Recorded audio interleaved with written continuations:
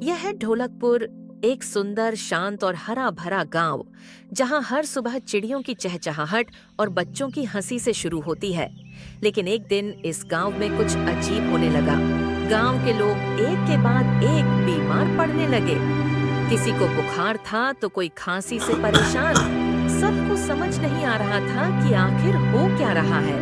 फिर डॉक्टर ने बताया कि ये बीमारी मक्खियों की वजह से फैल रही है। गांव के पास कूड़ेदान में ढेर सारी मक्खियां रहती हैं। ये मक्खियां उड़कर लोगों के घरों में जाती हैं, खाने पर बैठती हैं और उसे गंदा कर देती हैं। वही गंदा खाना लोगों को बीमार कर रहा है। कोको परेशान है और स्कूल जाता है, और स्कूल में टीचर सबको बताती है। बच्चों, मक्खियाँ बहुत सारी बीमारियाँ फैलाती हैं, जैसे हैजा, टाइफाइड और डायरिया। हमें इनसे बचने के लिए सफाई रखनी चाहिए और खाना ढककर रखना चाहिए।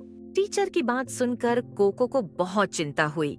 उसने ठान लिया कि वह मक्खियों को घर से भगाएगा। कोको घर आता है और अपनी माँ से कहता है, माँ, ये मक्खियाँ हमारे खाने को गंदा कर रही हैं। ये गंदगी फैलाती है। हमें इन्हें घर से भगाना होगा। बिल्कुल बेटा, तू ठीक कह रहा है। चलो हम सफाई शुरू करते हैं। कोको बाजार से फिनाइल लाया। माँ और कोको ने मिलकर पूरे घर की सफाई की। रसोई में रखा खाना ढक दिया गया। अब मक्खियों को खाने को कुछ नहीं मिला। 2 ही दिन में सारी मक्खियाँ घर से भाग गईं और फिर कभी वापस नहीं आईं। अब कोको ने गांव के लोगों से भी यही करने को कहा।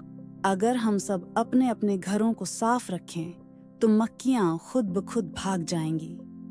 हमें मिलकर काम करना होगा। सबने कोको की बात मानी। पूरे ढोलकपुर में सफाई हुई और अब गांव पूरी तरह मक्खियों से मुक्त हो गया। सीख: जब सब मिलकर कोई काम करते हैं तो कुछ भी हासिल किया जा सकता है, और थोड़ी सी सतर्कता से बड़ी-बड़ी बीमारियों से बचा जा सकता है। तो दोस्तों, कोको की समझदारी के लिए एक लाइक और सब्सक्राइब तो बनता है ना।